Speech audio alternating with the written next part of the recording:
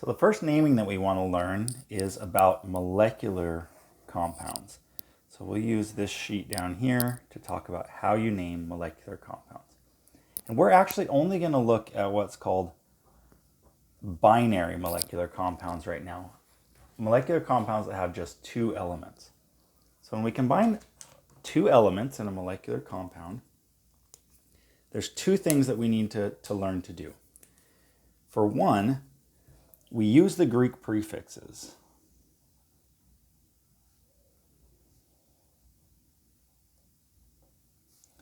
And that's mono, di, tri, etc. to indicate how many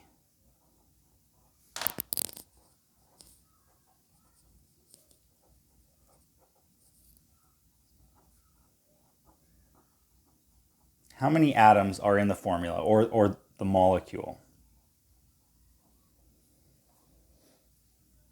Okay, so that's the first thing that we need to do. And the second thing is really simple. You change the ending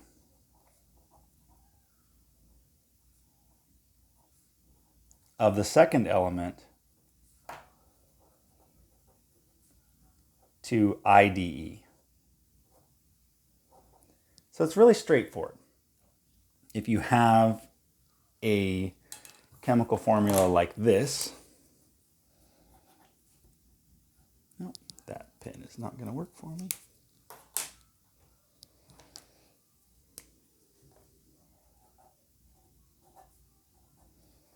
N2O4. Then you use the Greek prefixes to tell how many nitrogens and how many oxygens, and then you change the ending of oxygen to oxide. So we would call this, di for two, di nitrogen, two nitrogens, tetra oxide. So tetra is four oxygens. Since the second one, we change the ending to ide. That's it. For binary molecular compounds with just two elements, that's what we do. So if you had another one, you can pick anything. So just to see how it works, you could just look at the periodic table and grab multiples of anything. Maybe there's two sulfurs and two chlorines. So S2Cl2. Disulfur, two sulfurs, dichloride, two chlorines, but we changed the ending to IDE. There's a couple of little, not exceptions, but allowances if you want to change stuff up. You can imagine or look at this chemical compound, one carbon and one oxygen. So the Greek prefix for one is mono. So mono carbon, mono oxide. And this actually shows both the things that naming allows. There's only two of them. Naming allows two differences from that basic scheme.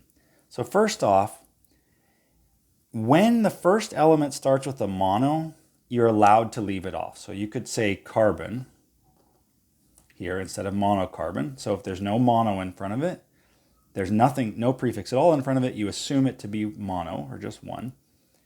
The other one is the English language is weird about this double O situation. Two O's together in English is supposed to always make the sound oo. So then you would pronounce that monoxide instead of monooxide. And chemists don't really like that confusion. So they've decided that in the case where there's two O's together, that's a weird situation. And you can do an elision, is what it's called, which is take one of those letters out. So you can call this carbon monoxide.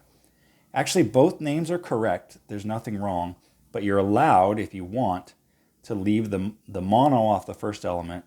You're not allowed to do that with the second element, but you are allowed to remove one of the O's when there are two O's together. Those are actually the only two rules. If you have two I's together, you leave them. If you have an A and an O together, you leave them. We're not supposed to be removing those letters. That's it.